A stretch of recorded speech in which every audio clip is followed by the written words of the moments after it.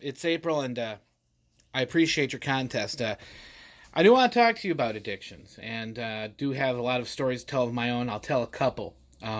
One personal, one outside.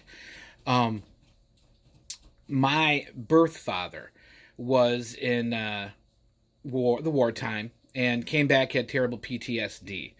And he didn't really have an addiction per se. He just kind of was addicted to not getting treatment for it, and has severe paranoid schizophrenia, things like that. And it was kind of hard. He ended up committing suicide in a McDonald's bathroom, drinking rubbing alcohol. Um, that was tough. But when I was 1 or 2 years old, my stepdad came into play. He's the guy I always call my father, the one I reference in VC videos. My dad used to do this. My dad had that record. That's the guy I was talking about. And I witnessed alcoholism pretty badly. Um, he's a good guy. I'll give him that. He wasn't a violent drunk, but he was always drunk.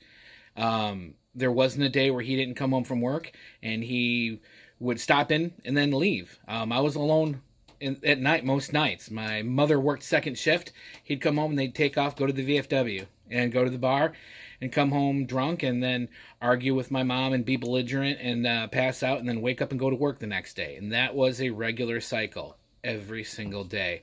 I cannot imagine the amount of money he spent. Cases and cases of Stroh's beer all the time. I mean, I could always grab those cans back in Michigan, 10 cents a can, and return them. And I always had things that I wanted because all I had to do was return those cans, and there was tons of them. He'd go through at least a dozen or more a night easily.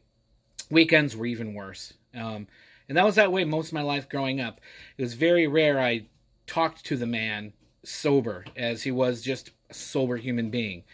Was he funny? Yeah. Was he belligerent and obnoxious a lot of times? Most of the time. But when you grow up with that, a little of my personality when I joke around and I'm goofy is because I grew up with that being a normal personality. His friends, when they'd come over, they were all the same way. They were always drunk all the time too. And so I thought that was kind of normal, being all goofy and stupid and loud. That came to be a normal thing in my life. And so eventually it led to the fact that my mom, dealing with my birth father's issues and then going to my stepdad's issues, she started smoking weed to just get away from it and deal with it. She didn't have enough strive to find somebody who didn't have an addiction like that. It wasn't one of those kind of situations where you saw the love all the time. It was more of they got together when they met up on the weekends. He happened to live at the same place. And this is like 20 years we're talking. It's a long-term shack-up relationship and not tons of love there. And so she smoked a lot of weed. As much as he was drunk, she was high to deal with him being drunk. And that was what I dealt with growing up. And looking back on it, I think it's kind of crappy, but it just seemed normal at the time. Now, me, I'm glad I don't drink like that. I got a six-pack of random IPA beers that my wife picked up for me before I fell, and they're still in the fridge. I'm not on any meds or anything, and I'm fine. I'm not taking any of those narcotic painkillers anymore. I don't need them. I don't need them. I was able to not get addicted to those, and the beers I'll drink one every now and then. So I don't have an issue with that. Matter of fact, if I gotta go with taste, I'd rather have a nice sody pop. So I'm glad that I didn't get into the realms of the addiction that was around me every single day and all day. And I think that had something to do with this. I saw the pain it caused. I saw the money that was spent. I saw the no redeeming qualities of it, and I wanted nothing to do with it. And I think that's a good thing because there's a lot of kids in my situation where they just perpetuate generation after generation doing that. And it's sad because I've seen that in other families and other family members. Now, my own addiction issues. There is one thing. When I got to be 18 or 19, I wanted to be cool like everybody else, and I wanted to smoke, and I did smoke. Started smoking.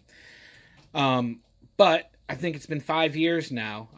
I started with the vaping. The regular nicotine levels for people who vape, for real strong smokers, as much as I did, is 24 milligram level.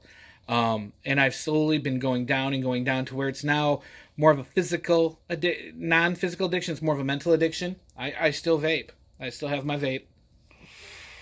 It's a rainbow. But here's the thing. The juice that's in it,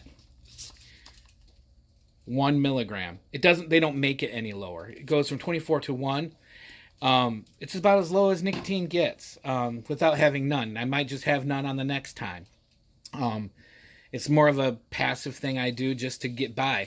What am I vaping now? Really, it's just propylene glycol, which is in asthma inhalers. It's in all your little drops for flavorings for bottled water.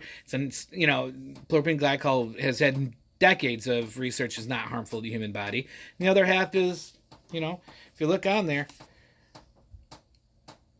is vegetable glycerin and propylene glycol. The vegetable glycerin, of course, is completely inert. Hand soaps are made out of glycerin. Glycerin is not damaging the human body at all, and that's all I'm doing. And you know what? Every single time I've gone to the doctor, they've listened to my lungs. They're like, oh, your lungs sound so good and clear. Take me a deep breath. Great. Never used to be that way. So I'm very happy of that. And I don't consider it smoking. I consider it more of I'm putting some flavor in my mouth because it tastes good. Right now, this is some pear with strawberries. It also curbs my appetite because I got some flavor. I got something to go to my mouth, and it tastes good. But it's not that I'm like craving and fiending for it, like an addiction. And so I feel like I'm almost past. I'd like to say I quit smoking 5 years ago. There's a lot of people out there that's like, oh, no, you're still vaping, so you're still smoking. To you, I'd say you don't know and you don't understand. Vaping got me off of smoking, and I'm a lot healthier and a lot happier for it. So that's my video, Robert. Thank you for the contest, opening up a little bit. Take care. Congratulations on 2 years. It's only the first 2 years, man. You're going to be clean the rest of your life. Ain't no reason to go back. Look back, I'm sure you can see that now that you got clean eyes and 20/20 vision, you're like, what the hell was I thinking? I know that's what I thought when I was smoking. What the hell was I thinking? So, take care. Peace out.